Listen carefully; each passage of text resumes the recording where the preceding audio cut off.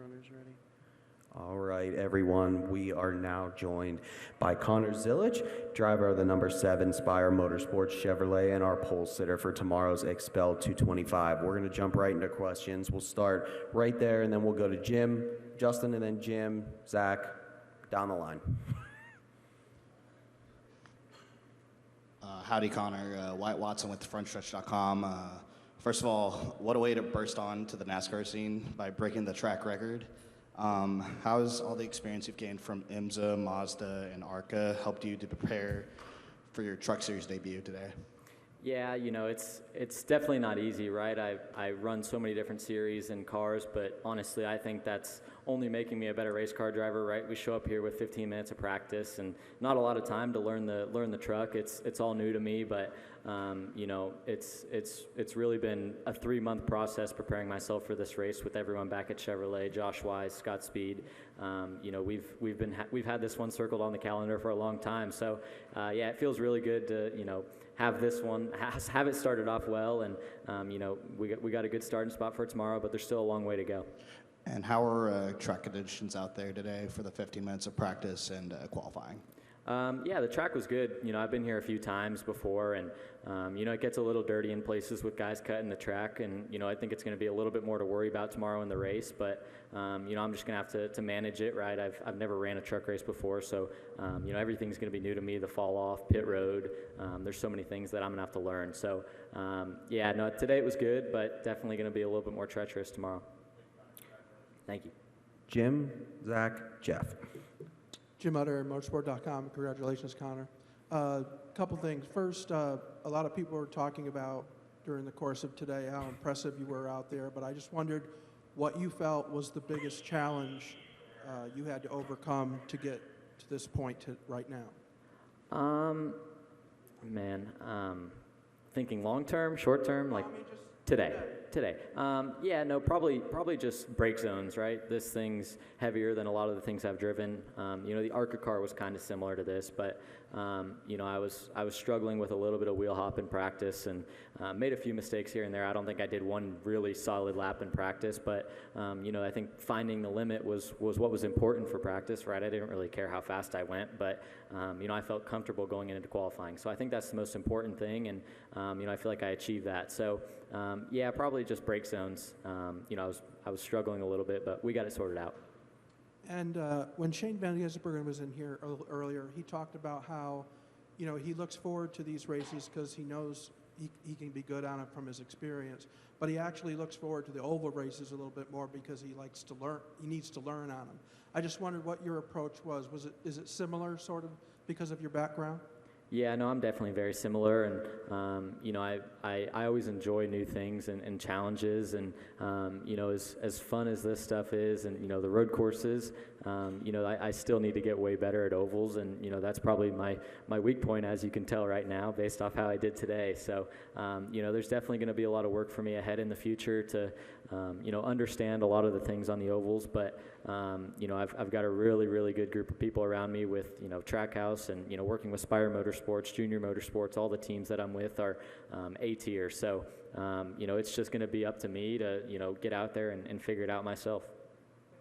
Zach, Jeff, Rob. Zach Sterniolo, NASCAR.com. Connor, congratulations. It's one thing to get the pole in your debut, which is incredible in itself, but to do so by 3/4 of a second. What felt right for you on that on those laps in qualifying, and were you surprised by just the margin from first to second? Honestly, yeah, I'm kind of blown away. You know, I hand it all off to, you know, Spire Motorsports and the truck that they brought. You know, we had a really fast Chevy today, and you know, made my job really easy. So you know, obviously I still got to go out there and not make mistakes, but honestly I feel like I could have driven that at 95% and you know, still been able to get the pole. You know, I told myself for that second round that, you know, just go out there and don't make a mistake just based off the gap that I had in the first round. So you know, honestly I probably underdrove it a little bit, but you know, I know where I can improve, and you know, I know what I need to do for the race tomorrow, so that's the most important thing.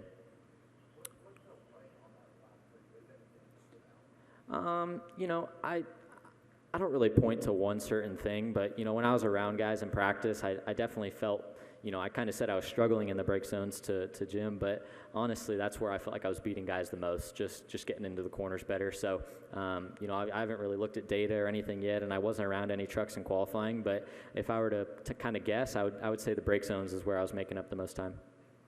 Jeff, Rob, Chris. So obviously there's a point where, you've spent these 3 months or whatever you said it was preparing for this, and it all comes down to that moment. How do you avoid not getting in your own head or making sure you're just going to hit your marks and do what you need to do and not letting, sort of the magnitude of the moment get to you? Yeah, I would just point to making mistakes many times in my past. That's one thing I struggled with, and I actually had to go to a sports psychologist to kind of talk about it because I'd get so nervous and amped up before races that I'd go out there and just not do my job and completely mess up. So that's one thing that I've really had to work on the last 2 years is just not getting too amped up in these situations where I may have confidence or whether or not I don't have confidence and I'm just nervous. So that's a lot when you look at race car drivers, and people might not see that, but the mental aspect of it is way bigger than people think. And I'm thankful to have very good people around me that make it easy to kind of stay calm, and people in my ear that know what I need. So it's not easy, but multiple times of failing has led me to the point where I kind of understand what I need to do before I go out there. Yeah, I mean, when you were interviewing me there before I went out, I was definitely a little nervous, but, as soon as you put your helmet on and get out there, the nerves kind of go away. When I was out there in qualifying, I was definitely a little nervous not to make a mistake because I knew that's what would, be between me and the pole. So, definitely a little bit of nervousness, but, not too much to make an effect on what I'm doing. Rob, Chris, and then Tanner. Rob Tiongson for thepodiumfinish.net. Connor, when I was here for the TA2 race, one of your competitors, Tom Sheehan, said, "Look at that young man and you'll see the future of stock car racing." And I was thinking, wow, that's a really high compliment. So what does it mean to you for someone respected as Tom to say that about you? And then secondly, it seems like you have this great relationship with Raja and Nick Sanchez. What's it like to race with them this weekend? First off, with Raja and Nick, it's been really cool working with them as teammates. Some guys you may work with are a little bit more closed off on what they know, and may not want to help you as much. But they've all been really good teammates, Chase included, and have been really open to give me advice. Right, it's my first truck race, so it's not easy, but I've got really good teammates and a really good crew around me. So that helps a lot, and based, what you said on the people giving me high praise, I really appreciate that, and I think it's really cool, but, I'm still not to the top yet, and, I still have a lot of work to do before I get to the top. So, I try not to let the outside noise, good or bad, really get to me. You just got to kind of stay neutral and, continue to work every day to get better, and, I think that's the most important thing when you're coming up through the ranks. Chris? Chris Knight, GetChance.com. Connor, did you surprise yourself today? You did? Did you surprise? I 100% surprised myself today, yeah. And then tomorrow you have an opportunity to go for a win in your NASCAR debut, and then you have to fly to Pensacola and then begin a championship assault with Pinnacle Racing Group at Five Flags Speedway in the ARCA Menard Series East. Just wondering what's your feelings on tomorrow, just knowing that you have 2 races and 2 opportunities to get in victory lane? Yeah, it's I don't really have words to explain the feeling. It's really cool to have the opportunity to race in 2 states, 2 series in one day. It's going to be a really long day, and it's not going to be easy on me, my body, or my mentality. But I've got 2 great teams that I'm working with, and a lot of people around me that are going to make the kind of transition seamless. So I can't really get too in my head, and I kind of just got to stay even keeled, and hopefully both races will go well, and I can head back home tomorrow night happy. It's going to be a late night, but I'm ready for it. Tanner, Bob, and then Alan. Tanner Marlar with Front Stretch. Just 2 things here. One, when you have a day like today where everything seems to go right, how superstitious are you? Like, are you wearing the same pair of socks tomorrow, or like anything like that? And then 2, when it comes to just the speed that you had today, as good as it was, do you feel like you could still get even more out of a lap? Yeah, no, 100%. You know, I never really get to the point where I think, man, I'm perfect. You know, I always feel like I can get better and, you know, continue to work on what I'm doing, right? I'll go back to the hotel tonight and, you know, study what I did and see where I can be better. You know, I've only got 10 laps in the truck, so, you know, to say I'd be perfect is definitely a long shot, but, you know, superstitious-wise, I stay away from that stuff. You know, I don't want to get in my own head and, you know, start to believe things that may not be true. So I'm going to show up tomorrow with a new pair of socks and hopefully have the same result. Bob and then Alan. Bob Hocker, Fox Sports. Do you said that if you didn't make a mistake and just go 95%, you knew you'd win the pole. Is that because you have so many laps here and you know that you're good enough that you don't need to go 100%, or did you feel just the truck was so good and responding to what you were doing that you had that confidence? Because I'm sure there are most guys out there, would feel even if they didn't make a mistake, it's not like they're guaranteed the pole. Yeah, it's a combination of both, right? I went out and practiced and felt what 100% was like. This is still very new to me, and, you know, I was learning every lap in practice, so, you know, I just had to stay under the tire and you know, do my part, right? I had a really, really fast truck, and, you know, that definitely made my job a lot easier, but, you know, with that, I knew I couldn't make a mistake because, like I said, that's going to be the only thing between me and the pole. So, yeah, you know, just went out there and hit all my marks and, you know, didn't make any mistakes, which I was really proud of. So, you know, like I said, it's a long race tomorrow, and there's still a lot of work to do, but, you know, it's really cool to be on the pole in my first NASCAR race. Alan.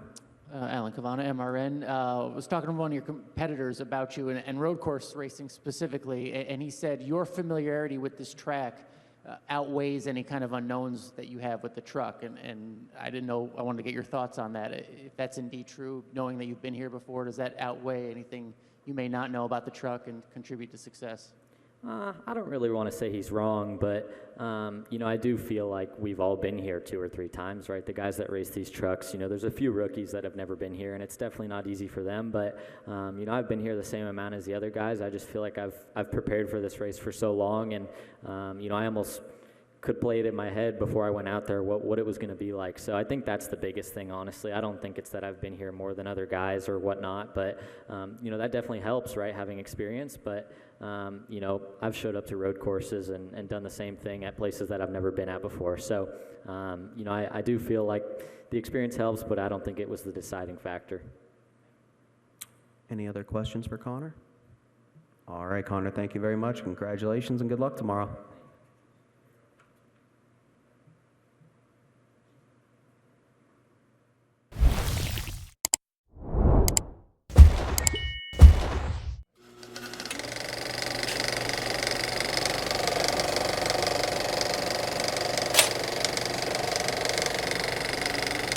All right, there's the checkered flag. Great job, driver.